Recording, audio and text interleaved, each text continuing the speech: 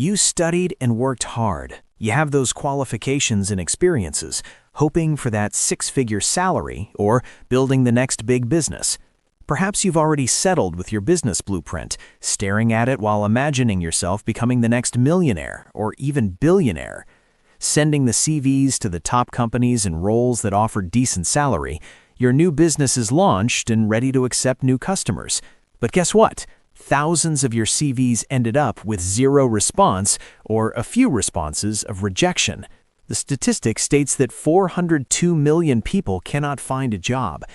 There are no or very few customers coming, even when you are actively offering to the exact target market.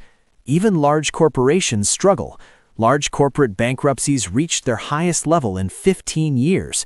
And in November 2025 alone, small business bankruptcies in the U.S. surged 23% compared to the previous year. In this economy, you're not hustling to thrive, you're grinding just to survive. So why does this economic crisis feel like it's never ending? Why does it seem worse and longer than anything we've faced recently? Today, we're going back to the beginning to trace exactly how we got here. How it begins. Before we dive into the crisis, we need to understand what we lost. Rewind to the 5 years before COVID, 2015 to early 2020.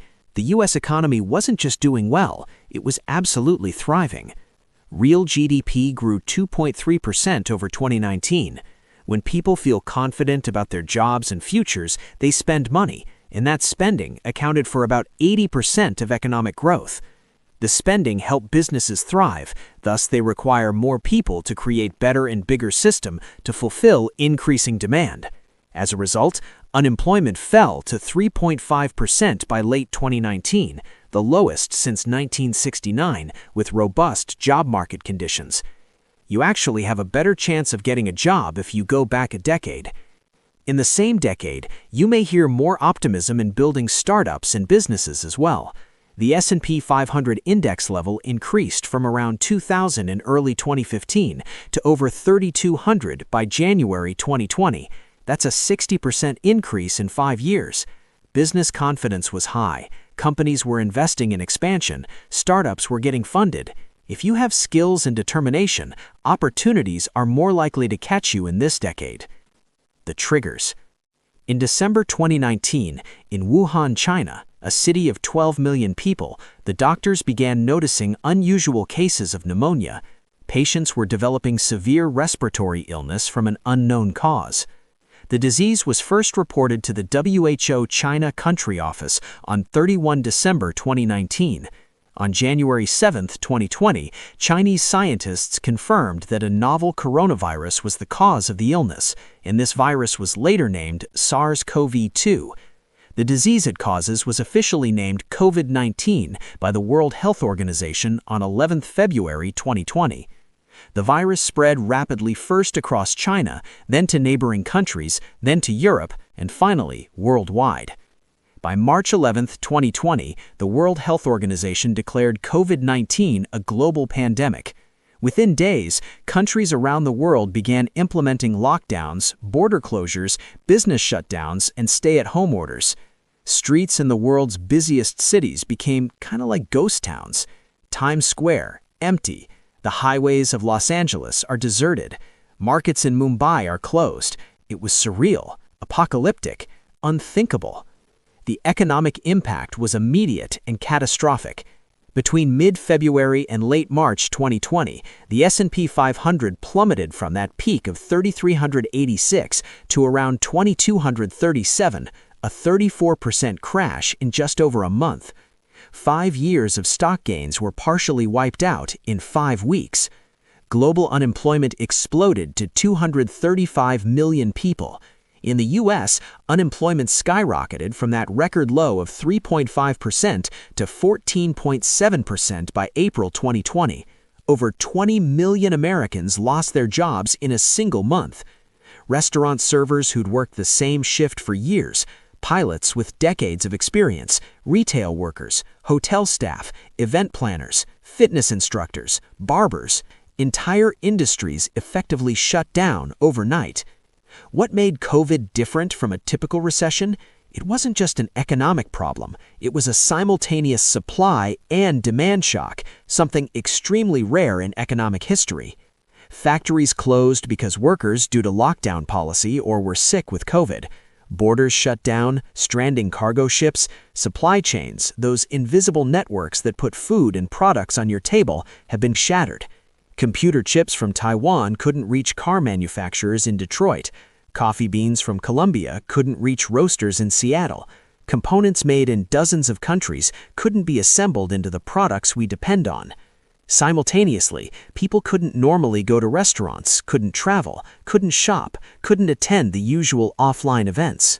Even those who kept their jobs or have businesses cut spending dramatically out of fear and uncertainty.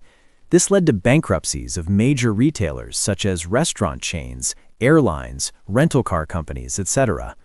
When both supply and demand collapse at the same time, you get an economic catastrophe that's incredibly difficult to fix. You can't just stimulate demand because there's nothing to buy. You can't just boost supply because there's no one to buy it. The number of corporates that failed paying their business credits increased 10% in 2024 compared to pre-pandemic levels. The real heartbreak was among small businesses. In November 2025, 5 years after COVID began, small business bankruptcies jumped 23% compared to the previous year. The U.S. alone injected over $5 trillion into the economy through stimulus checks, enhanced unemployment benefits, business loans through the PPP program, and Federal Reserve emergency measures. That money kept people and businesses afloat in the short term. It prevented a second Great Depression. So, if you're thinking, okay, COVID was catastrophic, I lived through the lockdowns, I remember 2020, but that was 5 years ago, why hasn't it gotten better? Why does it feel like this crisis never ends? You're asking the right question, and the answer is more complex, more disturbing than you might think.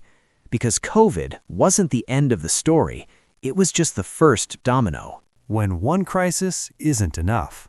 Just as the world began its fragile recovery, just as businesses started reopening and hiring again, just as vaccines rolled out and people dared to hope things might return to normal, February 24, 2022 brought a new nightmare. Russia launched a full-scale invasion of Ukraine. On the surface, this was a regional conflict and humanitarian tragedy. Now, you might be thinking, what does a war thousands of miles away have to do with unemployment and bankruptcies rate? The answer lies in the hidden connection. In global economics, everything is connected in ways that aren't obvious until something breaks. Ukraine and Russia are critical supply countries. Ukraine and Russia supply nearly 30% of global wheat exports. Wheat is used in bread, pasta, cereal, and other everyday foods. Ukraine alone is often called the breadbasket of Europe. Countries across Africa and the Middle East depend heavily on Ukrainian grain to feed their populations. Wheat prices jumped 50% in the initial weeks after the invasion. Russia also produces significant amounts of agricultural fertilizer. War disrupted these supplies. Sanctions from outside countries cut off Russian exports, and Ukrainian farmers couldn't plant crops because of active combat. It sent shockwaves through every economy on Earth. Russia provides about 10% of the world's oil. Before the war, Russia supplied approximately 40% of Europe's natural gas through a massive pipeline. Energy prices exploded. A barrel of oil went from around $70 before the invasion to over $120 by mid-2022, a 70% increase in a matter of weeks. Natural gas prices in Europe increased by 500 to 800% at their peak. Some European countries face the real possibility of not being able to heat their homes in winter. The skyrocketed inflation. The inflation that was already brewing from the COVID stimulus suddenly had rocket fuel poured on it. By June 2022, U.S. inflation hit 9.1%, the highest rate in over 40 years. Europe faced even worse in some regions. The UK saw inflation peak at 11.1%. Some developing countries experienced 20, 30, or even 50% inflation. Businesses faced impossible choices: Option A, raise prices to cover increased costs for energy, materials, and labor, but risk losing customers who can't afford the new prices. Option B, keep prices stable and absorb the costs, but with lower demand, you may also watch profit margins evaporate and potentially go bankrupt. The U.S. Federal Reserve raised interest rates from near 0% in early 2022 to over 5% by 2023, one of the fastest and most aggressive rate hike cycles in modern history. The European Central Bank, Bank of England, and other central banks worldwide followed similar paths. Technically effective, but extremely painful. The stock market, 401ks, and other investments lurched and crashed again. Between 2022 and 2023, major indices dropped 20 to 30%. The S&P 500 fell from around 4,800 in early 2022 to 3,577 by October 2022, a 25% decline. The Nasdaq, heavy with tech stocks, dropped even steeper. Russian stocks plummeted 33% as international sanctions hit and foreign investors fled. For millions of people, particularly those nearing retirement, this meant watching years of savings evaporate. The nest egg they'd carefully built was suddenly much smaller. Supply chain issues that started with COVID got worse, not better. Chips for electronics are still scarce and expensive. Parts for cars, long waiting lists. Materials for construction, inflated prices. Container shipping, costs multiplied. Everything became both scarce and expensive simultaneously. In 2024, some headline metrics appeared to stabilize. Inflation cools to 3%, employment holds steady at 5%, soft landing achieved, economy avoids recession. But stabilization isn't recovery. The jobs gap's still massive at 402 million people globally. The quality of jobs also deteriorated. More gig work, fewer benefits, less security, wages that haven't caught up to inflation. Many people are working multiple jobs just to maintain the standard of living they had with one job 5 years ago. The total number of business bankruptcies in the United States reached 6,574 in 2025, which is the highest figure since 2014 and 15% above the average of 2019. And then there are more politics involved. In April 2, 2025, President Trump implemented what his administration called Liberation Day, a set of tariffs designed to reshape American trade policy. A 10% tariff was imposed on all imports, but for Chinese goods, the rate skyrocketed between 34 and 54% depending on the product category. The stated goal is to bring manufacturing back to America, protect American jobs, and reduce dependence on foreign supply chains, especially from China. Due to this supply chain problem returned, companies that had spent 3 years rebuilding their supply networks suddenly faced massive new costs. A widget that cost $10 to import now cost $11, or $15.40 if it came from China. For businesses operating on thin margins, this was devastating. They obviously chose to increase the price. Clothing, electronics, household goods, and toys all became more expensive. After years of struggling with inflation, now we face another wave of price increases. Demand in key sectors like technology and agriculture is also struggling as consumers and businesses alike pull back spending. Investors fled. International investors began losing confidence in U.S. bonds. Money that would normally flow into U.S. Treasury bonds started flowing to gold, Swiss francs, and other traditional safe haven assets. Some capital also moved to German and Japanese government bonds as investors sought alternatives to U.S. debt. Technology companies that rely on Chinese manufacturing saw their stock prices plummet. Manufacturing was the one that hit really hard. More than 78,000 manufacturing jobs were lost. Modern manufacturing depends on global supply chains. An American product often contains dozens of components from multiple countries. When one or more components become 10%, 34%, or 54% more expensive due to tariffs, American manufacturers can't compete globally. They cut production, they lay off workers. Simultaneously, the administration implemented strict immigration curbs. The goal was to preserve jobs for American citizens. The Trump administration's 2025 removing working permit for over 1 million immigrant workers and escalating deportations to 3,000 daily targets.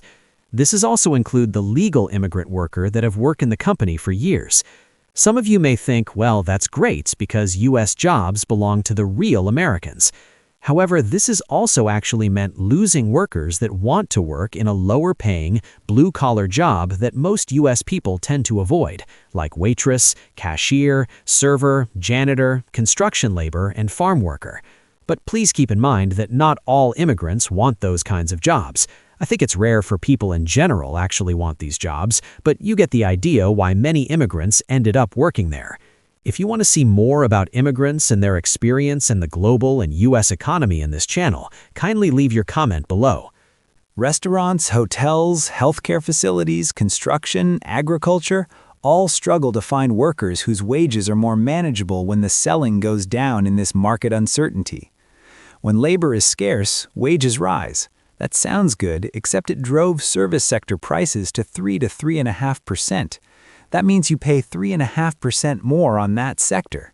Higher wages without higher productivity just mean higher prices for everyone. China didn't just accept these tariffs. They imposed their own tariffs on American goods.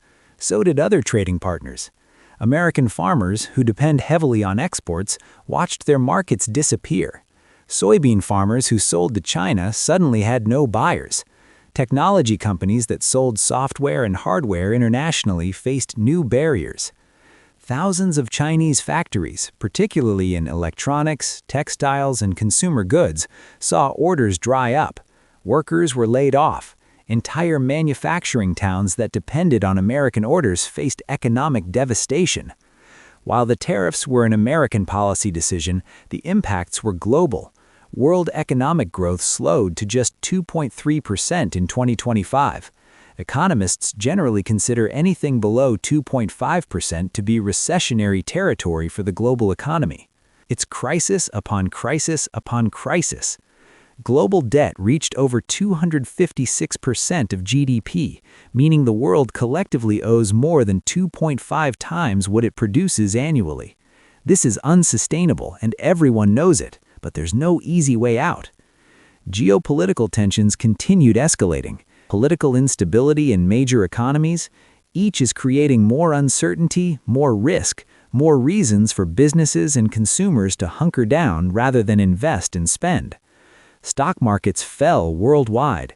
It wasn't just America. European markets, Asian markets, and emerging markets all declined as the interconnected global economy contracted. The confidence crisis. Psychology amplifies everything. Perhaps the most important and least discussed factor, uncertainty breeds caution.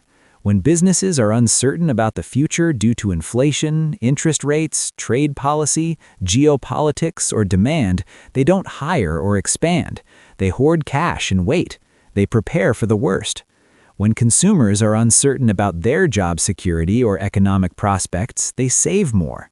They delay that car purchase, that home renovation, that vacation. But when everyone pulls back simultaneously, it creates exactly the economic weakness everyone feared.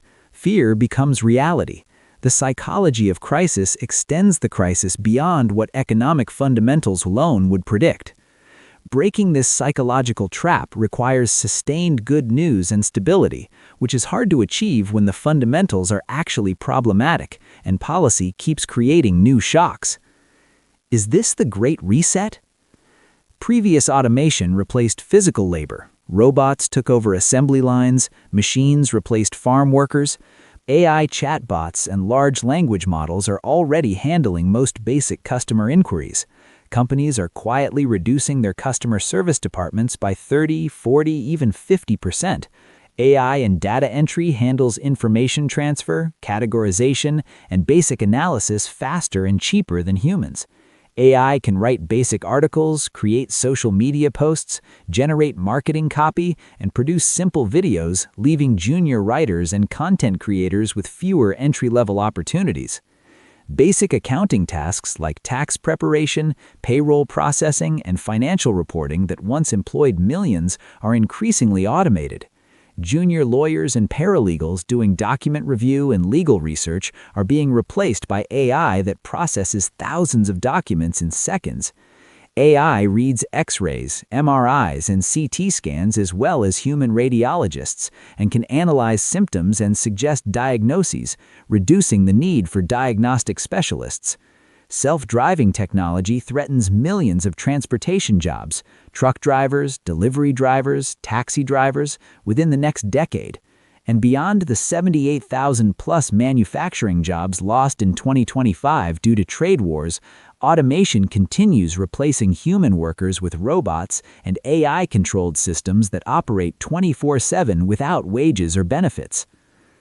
The middle-class squeeze. Here's what's particularly devastating. AI isn't just replacing low-skilled jobs. It's hollowing out middle-class professional work, the exact jobs that were supposed to be secure if you got a college degree and specialized skills. The career path that worked for your parents, get educated, develop expertise, work your way up in a field, is breaking down because AI can now do in seconds what took humans years to learn. Moving forward, let's bring everything together. What we're living through isn't just a bad economy, it's major crises happening at once. COVID, supply chain breaks, the Russia-Ukraine war spiked energy and food prices globally, 2025 tariffs disrupted supply chains again and triggered trade wars, massive global debt, and now AI is eliminating jobs faster than new jobs appear, fundamentally changing what human labor is worth. This isn't a normal recession, it's a transformation of the entire economic system happening incredibly fast, while everything else breaks down simultaneously. So what do? First, if you are struggling economically, understand this isn't your fault. You're navigating unprecedented chaos, not failing at life. Focus on what you can control and diversify your income and skills.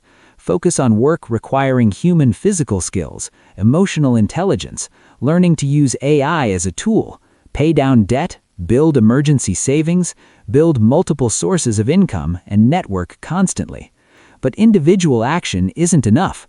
We need better policies for workers displaced by AI, making new kinds of jobs available and accessible to more people, smarter trade approaches, debt solutions, and economic resilience investments. So stay politically engaged, because decisions made now determine whether this benefits everyone or just the wealthy few.